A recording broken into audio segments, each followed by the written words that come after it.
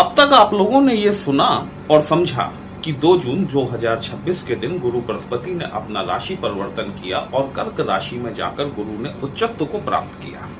बात बिल्कुल सही है, लेकिन गुरु का ये राशि परिवर्तन विशेषकर हमारे मेष राशि और मेष लग्न के जातकों के लिए किस तरह से रहेगा, क्योंकि गुरुदेव बृहस्पति पूरे साल भर तक तो एक नक्षत्र में नहीं बैठने वाले हैं।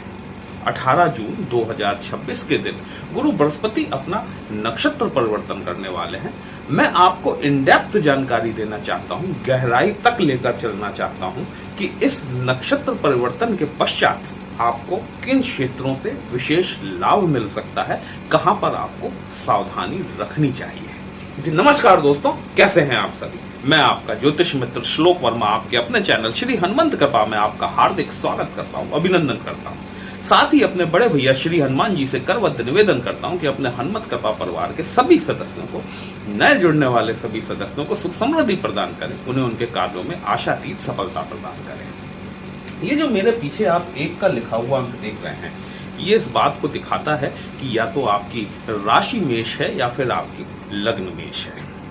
गुरुदेव बृहस्पति, सबसे पहली बात तो आप सभी को बधाई, क्योंकि यदि देखा जाए तो गुरु का ट्रांजिट कुछ राशियों के लिए अत्यंत लाभदायक साबित रहने वाला है, जिसमें से आपकी मेष राशि भी एक राशि है। गुरु बृहस्पति आपकी पत्रिका के भाग्येश होते हैं और साथ ही साथ 12वें भाव के स्वामी भी होते हैं। केंद्र में गोचर करके राजयोग का निर्माण कर रहे हैं। ये गुरु बृहस्पति को 3 दृष्टियां प्राप्त हैं। ये तो आप सभी को पता है कि 5वीं, 7वीं और 9वीं दृष्टि महत्वपूर्ण है, लेकिन इसके पश्चात जब हम गहराई में उतरने का प्रयास करते हैं तो ये पता चलता है कि 18 जून 2026 के दिन गुरु बृहस्पति अपना नक्षत्र परिवर्तन करने जा रहे हैं और नक्षत्र परिवर्तन करके पुष्य नक्षत्र में गोचर करना शुरू करेंगे। पुष्य नक्षत्र बेसिकली कर्क राशि के अंतर्गत ही आता है। कर्क राशि में यदि देखा जाए तो 3 नक्षत्रों का समावेश होता है।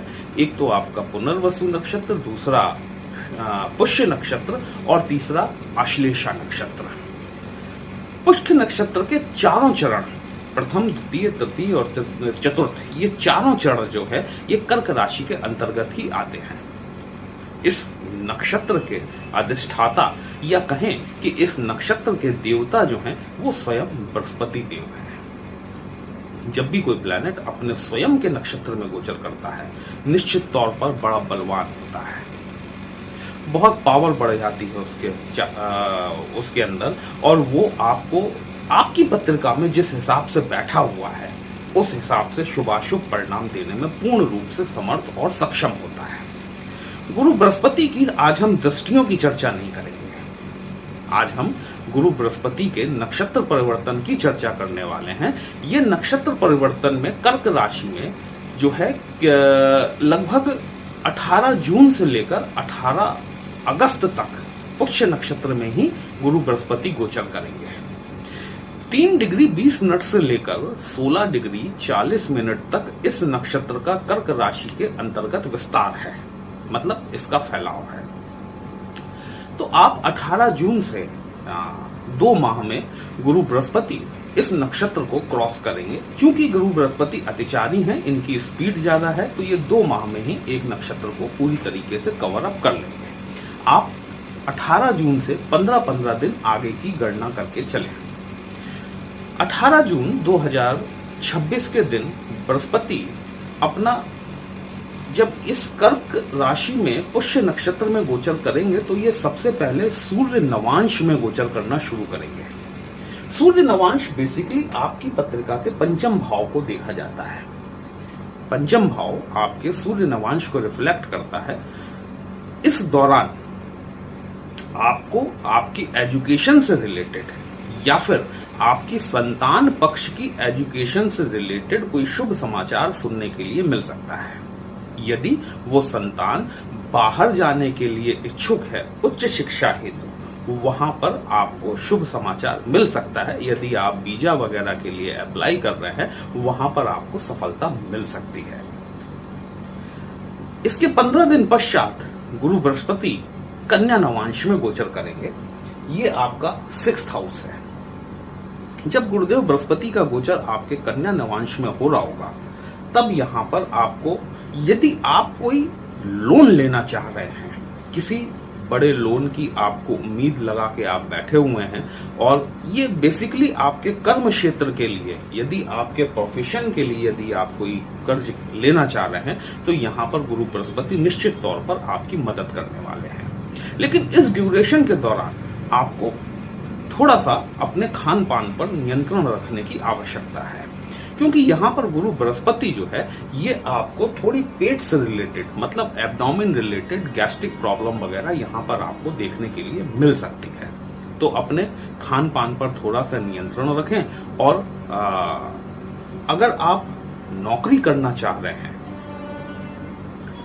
तो यहाँ पर चूंकि छठवां भाव आपके कर्म का भी भाव होता है, अगर किन्हीं कारणों-वश आपकी नौकरी में कोई प्रॉब्लम, कोई बाधा आ रही है, तो यहाँ पर वो बाधा आपको दूर होती हुई निश्चित तौर पर दिखाई देगी। इसके पश्चात गुरु बृहस्पति तुला नवांश में गोचर करेंगे। तुला नवांश में गोचर बहुत महत्वपूर्ण है, क्योंकि गुरु की जो दृष्टि है ये आपके अष्टम भाव पर पड़ रही है, लेकिन साथ में जब ये तुला नवांश एक्टिव होगा, ये बेसिकली हमारे दाम्पत्य जीवन को दिखाता है। गुरु बृहस्पति वैसे भी जीव कारक प्लैनेट कहे गए हैं। हम विवाह, संतान, धन इत्यादि जो भी चीजें हैं वो गुरु बृहस्पति से जोड़कर ही देखते हैं। मेष राशि और लग्न के जातक यदि वो विवाह के लिए तैयार हैं, इच्छुक हैं, तत्पर हैं, यहाँ पर जब बृहस्पति तुला नवांश के अंतर्गत गोचर करेंगे, संबंध पक्का हो सकता है, आपकी एंगेजमेंट सेरेमनी हो सकती है, आपकी शादी विवाह के लिए कहीं बात चल सकती है। ये यहाँ पर आपको वैवाहिक संबंधों में एक सुधार देखने के, यदि आप ऑलरेडी मैरिड हैं तो आपको वैवाहिक संबंधों में सुधार देखने के लिए निश्चित तौर पर मिलेगा।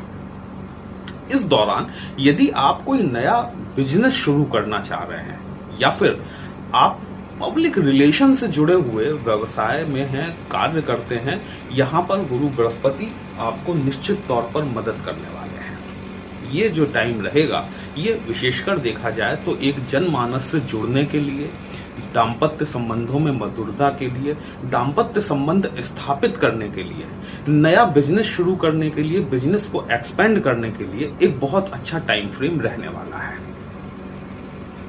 तत्पश्चात गुरुदेव बृहस्पति आपके वृश्चिक नवांश में गोचर करेंगे। ये वृश्चिक नवांश जो है आपका, गुरु बृहस्पति बेसिकली यदि देखा जाए तो आपकी पत्रिका के मोक्ष त्रिकोण को एक्टिवेटेड पूरी तरीके से करके बैठे हुए हैं, क्योंकि ये जो मोक्ष त्रिकोण जो होता है ना, ये 3 भावों से मिलकर बनता है, चौथा, 8वां और 12वां भाव, और गुरु बृहस्पति बैठे हुए हैं स्वयं आपके चौथे भाव में, अष्टम भाव पर और 12वें भाव पर अपनी दृष्टियां डाल रहे हैं। तो 12वें भाव में यद्यपि यहाँ पे शनिदेव स्वयं भी बैठे हुए हैं, जिन्होंने ऑलरेडी आपके मोक्ष त्रिकोण को एक्टिवेटेड किया हुआ है।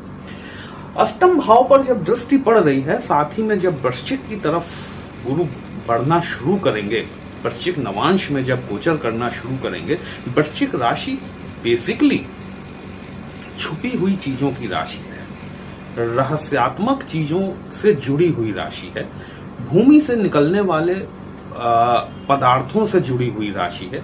इस दौरान जो आपको फोकस करना है, देखिए जब बृहस्पति आपके कन्या नवांश में गोचर करेंगे, तब आपको अपने डाइट चार्ट को मेंटेन करके चलना है, डाइट प्लान मेंटेन करके चलना है। जब वृश्चिक नवांश में गोचर करना शुरू करेंगे, उस समय आपको अपनी चीजों के प्रति थोड़ी सी सीक्रेसी बरतने की आवश्यकता है। जब टाइम अच्छा चल रहा होता है ना आदमी का, तो वो आगे चढ़ के सबको सब कुछ बताना चाहता है, अपने अचीवमेंट्स बताना चाहता है, जो वो कर रहा है, जो वो पा रहा है, वो उसको अचीवमेंट, यहाँ पर आपको उन अचीवमेंट्स को छुपाकर रखने की आवश्यकता है, क्योंकि वृश्चिक राशि जो है वो, अगर आप अपने अचीवमेंट्स को ओपन कर देंगे तो कहीं आपको प्रॉब्लम देखने के लिए मिल सकती है। यदि आप रिसर्च स्कॉलर हैं, यदि आप उत्खनन से संबंधित कार्य करते हैं, यदि माइनिंग से रिलेटेड काम करते हैं, टैक्स कंसल्टेंट हैं, चार्टर्ड अकाउंटेंट्स हैं, अकाउंटिंग से रिलेटेड काम करते हैं, बैंकिंग से रिलेटेड काम करते हैं और मेष राशि और लग्न के जातक हैं, तो जब बृहस्पति का गोचर वृश्चिक नवांश में हो रहा होगा, थोड़ा सा चीजों को हाइड करके चलिएगा, लोगों की निगाहों से बच के चलिएगा। निश्चित तौर पर यहाँ गुरु बृहस्पति आपको अंडर द टेबल लाभ भी करा सकते हैं और इन क्षेत्रों में जो मैंने अभी नाम लिया, पीएचडी डिलीट वगैरह का, स्कॉलरशिप का, यहाँ पर आपको लाभ भी करा सकते हैं। साथ ही साथ यदि आप कोई इनहेरिटेंस, विरासत की संपत्ति के लिए आप प्रयासरत हैं, इन दिनों में यदि आप ज्यादा मेहनत करते हैं, ज्यादा प्रयास करते हैं, तो संभवतः वो विरासत भी आपको मिलकर आपको आश्चर्यचकित कर सकती है। कुल मिलाकर ये देखा जाए तो 18 जून से जो बृहस्पति देव अपना नक्षत्र परिवर्तन करने वाले हैं, मेष राशि और मेष लग्न के जातकों के जीवन में सुनहरा पल लाने वाला है। वीडियो कहीं भी अच्छा लगा हो, अपने इस चैनल को लाइक, शेयर और सब्सक्राइब जरूर कर लीजिएगा। हमसे यदि पत्रिका का विश्लेषण कराना चाहते हैं दोस्तों, व्हाट्सएप नंबर थंबनेल में दिया गया। पर्सनल कंसल्टेशन पेड होता है, एक छोटी सी फीस आपको देनी होती है। आपकी समस्या का उचित समाधान हमारे द्वारा करने का प्रयास जरूर किया जाता है। चलिए फिर मिलते हैं, तब तक के लिए जय श्री राम।